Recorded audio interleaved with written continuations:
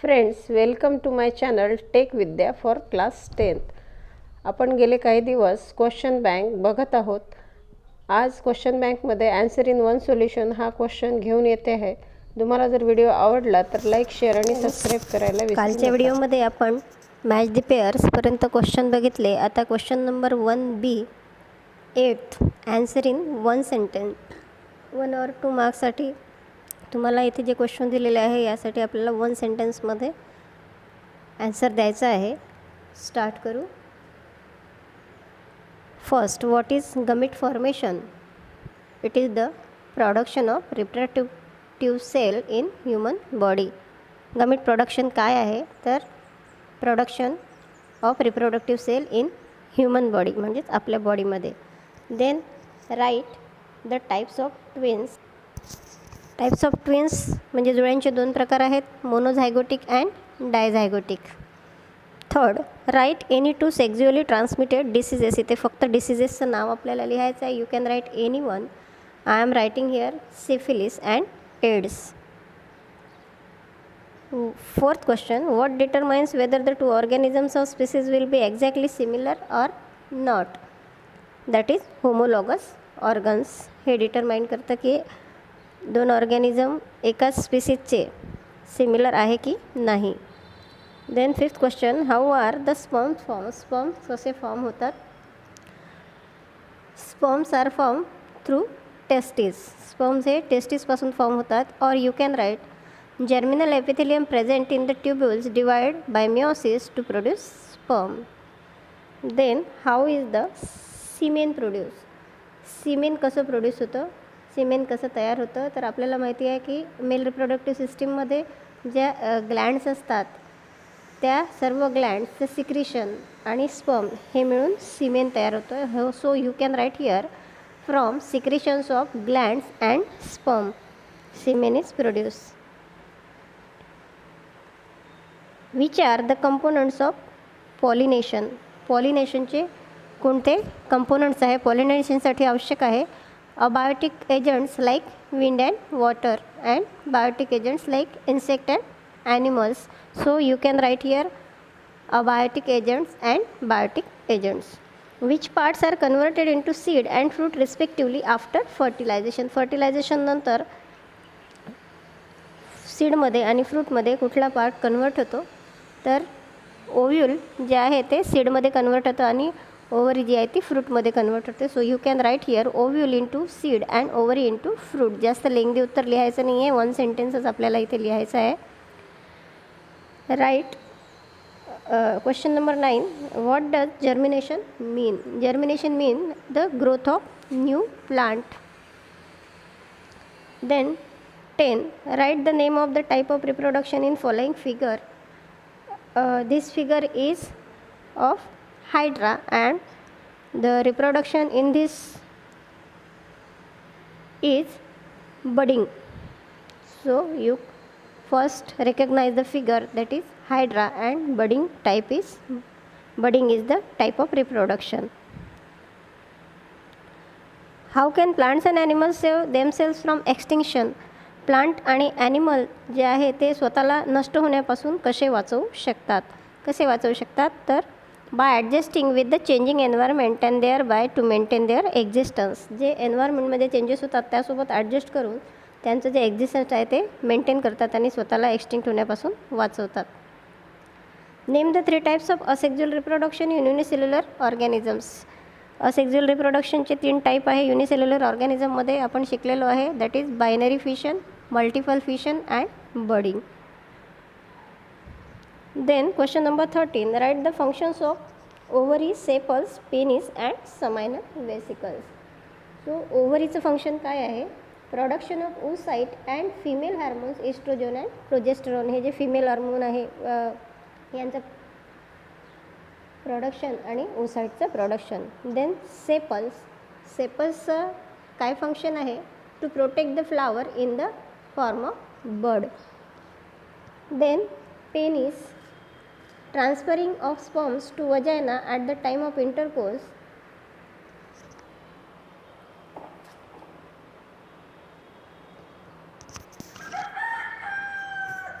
Release of urine at the time of urination. दोन function आहे त्याचे. Transferring of sperm to vagina, स्पर्मला वजायनापर्यंत घेऊन जाणे at the time of intercourse, आणि release of urine at the time of urination, युरिनेशनच्या वेळेस युरिन रिलीज करणे. हे दोन कामं हे पेनिस करतं. हे आपण मेल रिप्रोडक्टिव्ह सिस्टीममध्ये शिकलेलो आहोत. Then seminal vesicles, secretion of seminal fluid which forms major portion of semen, nourishment of sperm. Seminal vesicles जे आहे हे जो सीमेन फॉर्म होतो यामध्ये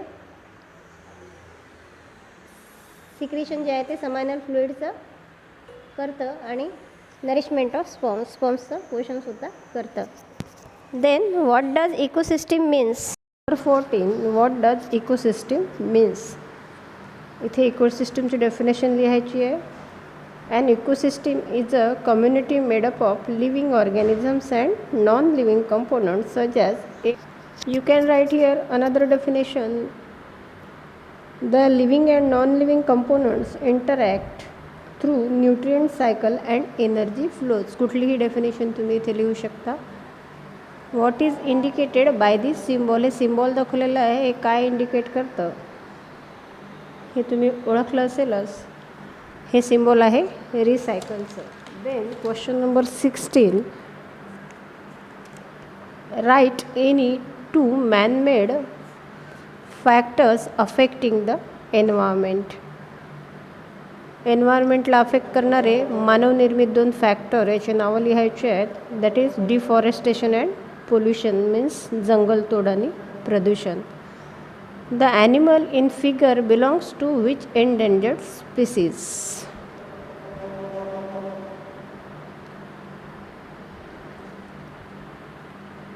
This is lion tail monkey. या ॲनिमलचं नाव आहे लॉयन टेल्ड मंकी. ही एंडेंजर्ड स्पीसीज आहे, म्हणजे संकटग्रस्त प्रजाती आहे. Then question number 18. Write the advantage of hydroelectric power plant. Hydroelectric power प्लांटचा ॲडव्हान्टेज आपल्याला इथे लिहायचं आहे. तर ॲडव्हान्टेज तुम्ही कुठलाही लिहू शकता.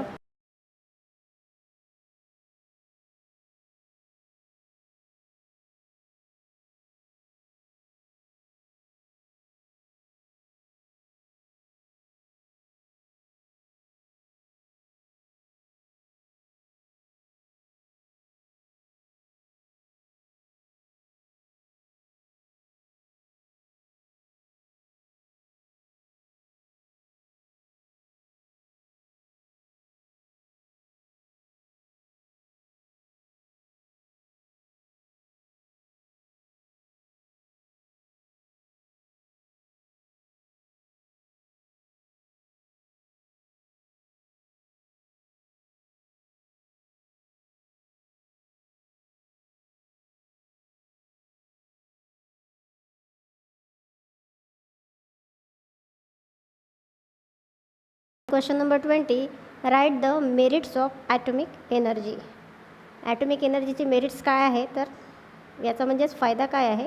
It does not cause air pollution. Then demerit. Write the demerit of an atomic energy plant. Atomic energy प्लांटचं डिमेरिट काय आहे. It produces harmful radiations. It produces harmful radiations. Then draw the flow chart showing generation of electricity. हा जो flow chart आहे हा तुम्हाला तुमच्या page number 48वर 5.4 जी फिगर आहे यावर दिलेला आहे flow chart. Then question number 23. Which substance is use as fuel in nuclear power plants. Nuclear power प्लांटमध्ये फ्युएल म्हणून, इंधन म्हणून कुठल्या सबस्टन्सचा वापर होतो. That is uranium 235. युरेनियम 235 जो आहे हा न्यूट्रॉनला ॲब्झॉर्ब करतो आणि त्याला आयसोटोप 236मध्ये कन्वर्ट करतो. Then question number 24. Energy from fossil fuels and nuclear plants are not eco friendly sources. Why.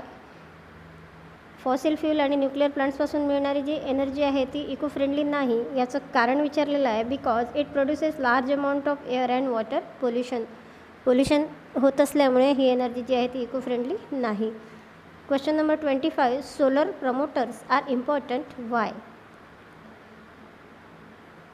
Energy produces from solar cell is eco-friendly and does not cause any pollution. So solar promoters are very important. I repeat this. Energy produces from the solar cell is eco-friendly and does not cause any pollution. Question number 26. In fuel, coal and natural gas, which one is eco-friendly and why?